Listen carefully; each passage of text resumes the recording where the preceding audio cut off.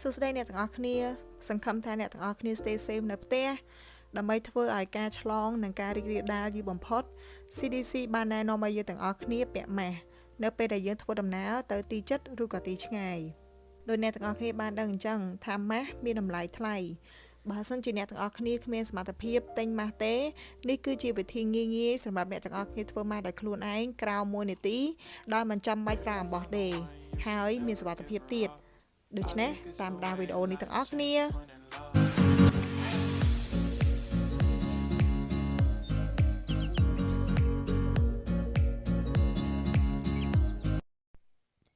អ្វីដែលយើងត្រូវការនោះគឺកន្សែង4ជ្រុងតែត្រូវជ្រើសយក 100% cotton កប្បាសកៅស៊ូចងសក់1គូត្រូវជ្រើសយកកៅស៊ូចងសក់ណាដែលយឺតកុំឲ្យឈឺត្រចៀកនិង coffee filter សម្រង់កាហ្វេតោះចាប់ផ្ដើមធ្វើម៉ាស់ទាំងអស់គ្នា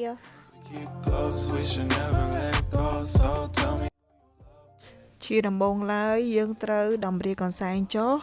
បន្ទាប់មកយើងត្រូវបត់កន្សែងនោះជា2បន្ទាប់មកយើងបត់វាជា2ម្ដងទៀតយកកៅស៊ូចងសក់មួយខ្សែមកស៊កចូលកន្សែង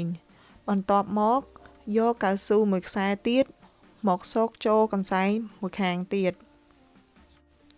ត្រូវដាក់ចម្ងាយពីគ្នាប្រហែលជា6 inches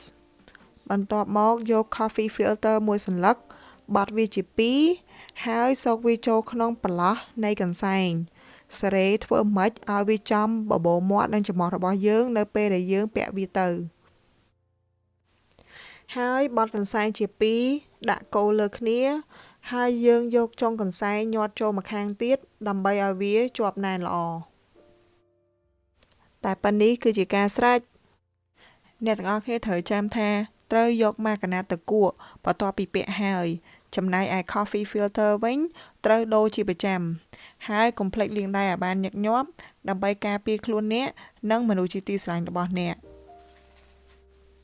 អរគុណដែលបានតាមដានវីដេអូរបស់នាងខ្ញុំបើសិនជាអ្នកទាំងអស់គ្នាចូលចិត្តជួយ subscribe YouTube channel របស់ខ្ញុំនិង follow page Facebook របស់ខ្ញុំផង